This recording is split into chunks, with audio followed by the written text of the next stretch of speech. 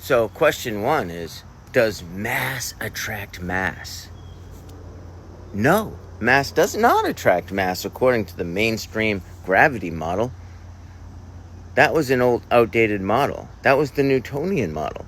But the Einsteinian model says in the theory, remember the theory of gravity, because it's not a law of gravity, even though there is a rate that we can detect, they're 9.8 meters per second, we can detect that.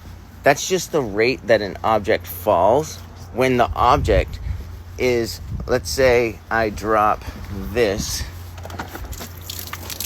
tricycle. Oh, you can't see it. Let's say I had a tricycle. So let's say I dropped the tricycle. And boom, it hits the floor. It's going to fall around 9.8 meters a second. Big deal. That's just an observation. But if you drop that same tricycle in water, it's going to fall much slower. So there's not the rate is that rate is not really gravity. That rate is based on the density of the object and essentially the buoyancy of the medium that it's in. You know what I mean? That's all it is. It's just density and buoyancy. Like the medium, if the medium is more dense than the medium of water is more dense than air. Because the medium of water is more dense than air, it's going to take longer for an object to fall through it. That's just very simple.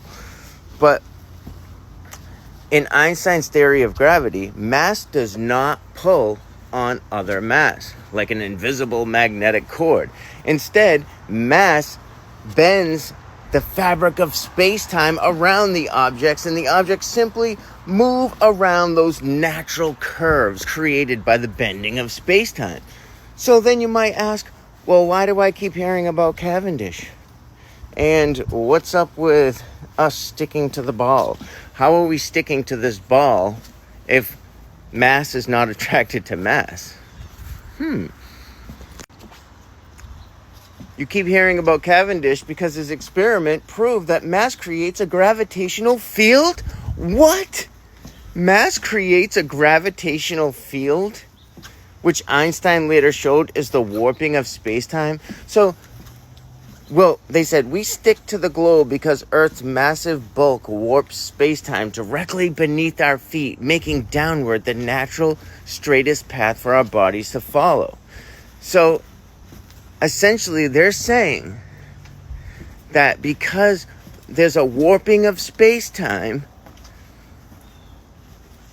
there's a warping of the fabric of space, they're saying that sticks us to the ball. Because the ball is so massive. I mean, I don't even know where they come up with this stuff. I mean, at least when they said, at least in the Newtonian gravity, they said that because the mass of the object was so massive, it had a force and it pulled you towards that object. That was a little more believable.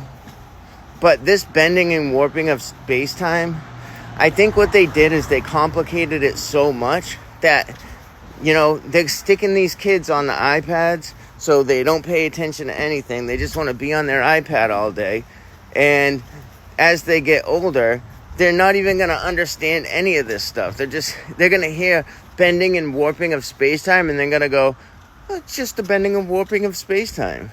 They just repeat and regurgitate what they heard as if it's fact, as if it's true, because that's what was taught to them. They want to prove that they know something. If I tell you that pillows fly, if I tell a kid, yeah, I have a flying pillow, they'd be like, really? Yep, I have a flying pillow. And if I could even take a pillow on a string, or I can even have an AI make a video of my pillow flying. And then I could show them the video and be like, look, see, my pillow flies. It's because I have a special pillow. It bends the space around it, and it flies up. And they'd be like, wow. And that kid would tell their parents, oh, I met the Dusty Truth, and guess what? He has a flying pillow. Really? How does his pillow fly? It bends the space around it and flies up. I saw it with my own eyes. That kid's gonna believe that forever. Maybe when the kid gets older, maybe someday he might figure it out if he's a critical thinker, or he just might never think of it again. But he's always gonna know that pillows fly. And that's just the way the indoctrination system works. But anyways, I mean, this stuff is just so dumb. Like, they're saying that the Cavendish experiment, they're essentially saying that those lead balls created a magnetic field. How? A gravitational field, I mean. So those lead balls created a gravitational field? What? Because of their mass, so they're probably saying it's a small gravitational field because it's a small mass.